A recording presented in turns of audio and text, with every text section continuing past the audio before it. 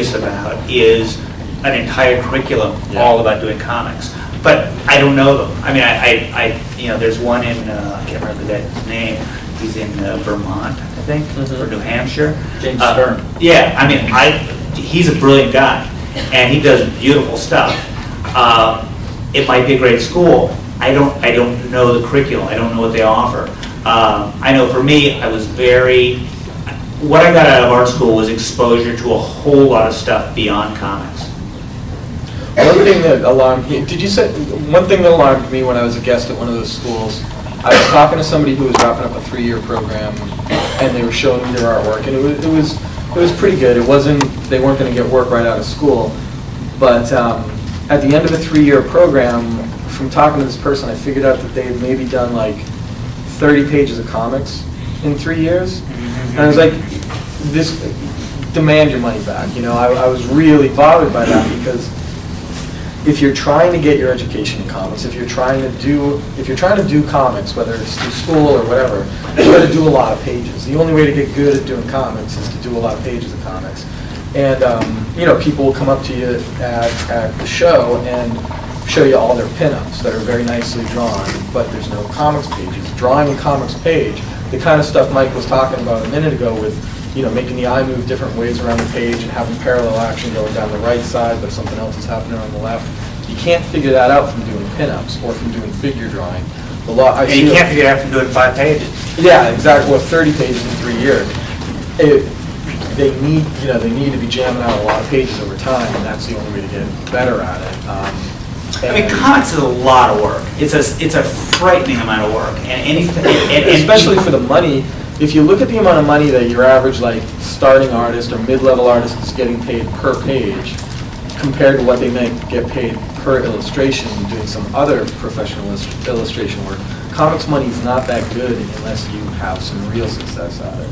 So you see a lot of people who, you know, they may have started out doing comics, but once they've gotten a taste of doing storyboards, it's much easier. They'll never see them again. If you can get it, it's much easier money.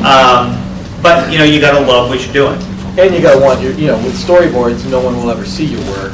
If you draw a comic, that book is yours. You know, so that's. My question is kind of like from the writing perspective, because we had a discussion earlier about the webcomics, and I was like, well, I can't really draw, but I'm like, I can do the writing aspect. And it kind of made me think, you were talking about some of the different things, and you know, with the comics and the movies and the novels that have all been out now, have you really started to kind of step back and kind of go, well, not really started to step back, but you know, kind of step back and kind of go, wow, I don't think I could write like a novel writer does, or I don't think I could ever write like a screenwriter does, because comics is so much, so different. He doesn't think he can do anything. Yeah, I can't. I don't write comics. Yeah. Some days I'm right. I've never had any interest in writing any of the other kind of stuff. I hammered out a story for Hellboy 2 with Guillermo, which he changed radically, but you know, we just did it over breakfast one day. That's as close as I've come to writing a movie. I'm theoretically co-writing a screenplay for this Baltimore, the novel that I theoretically co-wrote. You know, yeah, good, thank you. The novel was a graphic novel I was going to do, and I wrote up notes which I gave to Chris Golden, and he turned them into a novel. I couldn't write a novel. Maybe I could, but it's beyond my. It's not something I'm interested in trying, and I'm not trained for it. I've never had any experience. I've never written, you know, professionally. I've never written a short story. So I'm very happy to do what I do, generate ideas for things.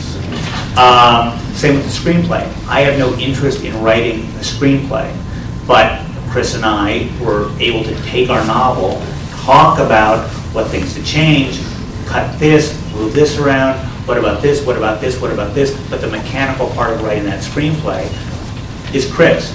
My name appears on a lot of stuff that, based on stuff I talked about on the phone. So the ideas are mine, but I hate to type. And I can't spell, as he will admit. At least I finally do it on the computer, yeah. But it used to be handwritten. So I'm very happy being the idea guy and writing my comics. Hey Scott, Mike. Hey. You talked about the art aspect and coming out of school, and the only way to do it is do it. At a con, it's really easy to show your art portfolio, but what about a writer who wants Boy, to? I knew where that was going. Yeah. going. Yeah, it's the worst, man. It's so unfair, except that it's fair, you know. It's really hard to get anybody to read your stuff. Especially when every writer working in comics has got 10 other projects and they know the editors already. Right. But yeah, I mean, I have a massive stack of stuff in my office that I'm supposed to be reading, and with all the other priorities, it's real hard to focus on the stuff that you know 99% of it's going to be awful. But the thing to do if you want to break in as a writer in comics, it's very difficult. The internet is really great in that. Well, first of all, you got to meet an artist and you got to try to work with an artist, do something with an artist. And whether you self-publish it in a vaguely professional format like I once did, or if you put it up on the internet, or if you make zines of it and circulate them around. If you're working on something really interesting, there's enough ways to get it out now that somebody will read it and somebody will recommend it to a friend. Mailing in a manuscript to a comic book publisher is one of the least likely ways to succeed. One of the hard parts about writing, like you were saying about artists, you walk around a convention, you flash one page, and if it's amazing, I will recognize that immediately. If it's all right or terrible, then I'm already moving on to the next thing. But with a script, I've got to read the whole thing to know whether it's good or not. I've got to read your first page all the way to your last page, because if the ending sucks, then you probably didn't know what you were doing. So it requires so much time from me or from Mike or from whoever to assess whether your stuff's any good.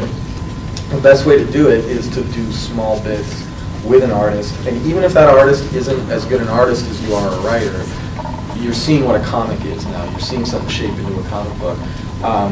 And again, whether you put it up on the internet and try to get some notoriety there, or invest a ton of money, lose a ton of money, as I did, self-publishing, it's going to help you get noticed. But there's also starting at the bottom, working with the really, really small publishers and trying to get your stuff out through them, working on properties that they have or trying to sell your ideas to them, and you work your way up. Because I read stuff from the really, really tiny publishers, and if I like it, then I'll hire somebody to do something for us, and you move your way on up. And does the specializing apply to that as well? What do you mean? Like when you said, you see an artist and you're like, well, I want to do anything. Well, with writing, it's different because there's kind of one job. You write the scripts. With art, maybe you just pencil, maybe you pencil and ink, maybe, it's kind of a different... Oh, well, I meant stylistically. Like, I want to write horror comics, or I want to write mecha comics. Right. Yeah, I don't know. There's certainly a specialization thing there, I guess, if you're doing horror comics. When I read people's stuff, I generally when I was looking for some writers for Buffy a long time ago, I read this crime novel by a pair of guys, and I was like, you guys are going to understand Buffy. Is Buffy a crime story? No, it's not a novel either, but I saw something in their work that I thought would translate. So I don't think you're pigeonholed in that way necessarily. Certainly a lot of people, if they see you write a bunch of gory horror comics, they're going to think that's all you can do. Somebody showed me a portfolio yesterday, that was like just 8 pages of this gory, bloody fight scene with no human characters in it. And I said, this looks, this is well done, but if this is all you're showing me, it looks like it's all you can do. The lack of human characters, the focus on gore, So, yeah, similarly with writing. Like I was saying about school, be realistic about what the industry has to offer, and be realistic about what you want, and try to put your best, try to show people what's going to get across to them. Thank you. And I think that's it. Oh, did you get We get the euro, right? Right, we're done? Correct. All right, thanks. Thank you very much.